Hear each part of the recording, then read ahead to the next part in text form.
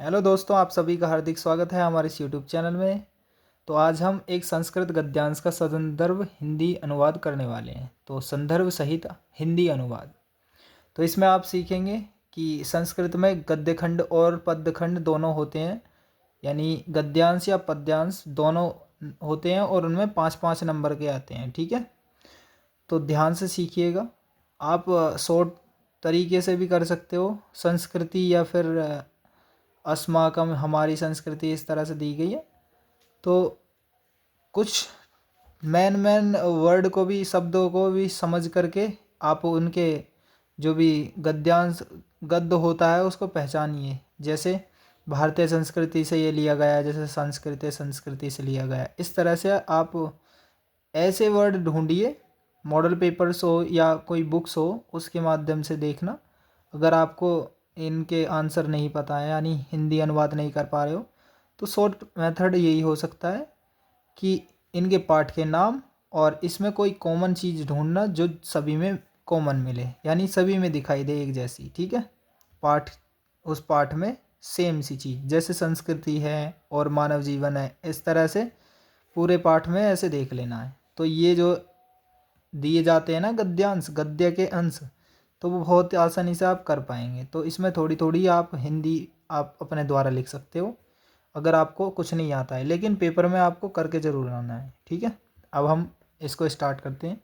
अस्माकं संस्कृति ही सदा गतिशीला वर्तते, मानव जीवनम संस्कृतम एषः यथा समयम नवाम नवाम विचारधाराम स्वीकरोति। तो हमारी संस्कृति हमेशा गतिशील रहती है, फिर गतिशील है। मानव जीवन जो मानव जीवन को की संस्कृति जो है वो समय के अनुसार नई नई विचारधाराओं को अपनाती है, स्वीकार करती है।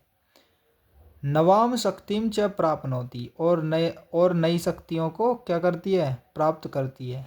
अत्र दुराग्रह नास्ति, और यहाँ दुराग्रह नहीं होता है। ठीक है, दुराग्रह नहीं है। यत युक्ति युक्तम कल्याणकारी च तदत्र सहर्षम ग्रहीतम भवति। यत मीन्स यहाँ युक्तम यानी युक्ति से यह युक्त, कल्याणकारी, और यहाँ पर सहर्ष यानी हर्ष पूर्वक क्या होता है, जो उचित होता है और कल्याणकारी होता है। ठीक है, तो कल्याणकारी होता है और हर्षपूर्वक इन चीज़ों को हम ग्रहण करते हैं। ठीक है, प्राप्त करते हैं। यहाँ हर्षपूर्वक स्वीकार होता है और इसकी गतिशीलता का रहस्य मानव जीवन के सदा रहने वाले आदर्शों। अब आगे देखेंगे। एतस्याः गतिशीलया, ध्यान से समझेंगे।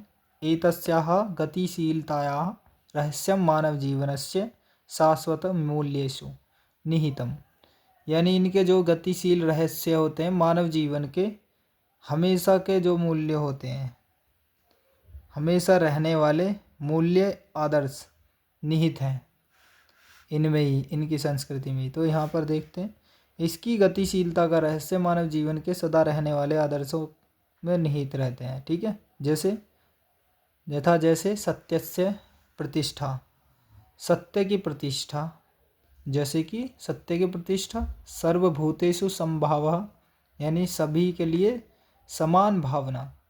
विचारेषु औदार्यम, और विचारों में उदारता। औदार्यम यानी उदारता। आचारे दृढ़ता चेती, तो दिया गया है, और आचरण की दृढ़ता में निहित होने चाहिए, जैसे ये दिया गया। और इसमें अस्माकम संस्कृति ही, और यहाँ डैश डैश दिया गया, खाली स्थान, ग्रहीतम भवति। तो इस तरह से दिया जाता है इसका हिंदी अनुवाद और बाकी चीज़। तो आप सबसे पहले क्या करेंगे, मैंने इसका हिंदी अनुवाद आपको सही से समझा दिया है सबसे पहले ही। तो आप करेंगे क्या, इसमें सबसे पहले लिखेंगे संदर्भ। तो पेपर में दिया जाएगा आपके कि संस्कृत गद्यांश का संदर्भ सहित हिंदी में अनुवाद कीजिए। तो सबसे पहले संदर्भ लिखना है, उसके बाद हिंदी अनुवाद करना है। तो संदर्भ को पहचानना कैसे है, उनमें कॉमन चीज़ ढूंढनी है। प्रस्तुत गद्यांश हमारी पाठ्यपुस्तक के संस्कृत खंड के भारतीय संस्कृति ही नामक पाठ से उद्धृत है, यानी लिया गया है। उद्धृत लिखना है आपको, ठीक है। जब कभी भी संस्कृत के गद्य के अंश हो या पद्यांश हो, ठीक है, गद्यांश हो या पद्यांश हो, दोनों में उद्धृत लिखना है, ठीक है। तो ये भारतीय संस्कृति नामक पाठ से लिया गया, तो भारतीय संस्कृति इसके चैप्टर का नाम है। और हिंदी अनुवाद आपको बता ही दिया है मैंने। तो इस तरह से आप करेंगे पेपर में, तो आसानी से आप बहुत अच्छे नंबर लेके आ सकते हैं। जैसे 5 नंबर इसमें ही मिल जाएंगे आपको, ठीक है। ये पूछा गया है बहुत बार, 2007 में भी, 10 में भी, 11 में भी, 14, 17, 19, 20, 22 और 23 में, और उसके बाद 25 में।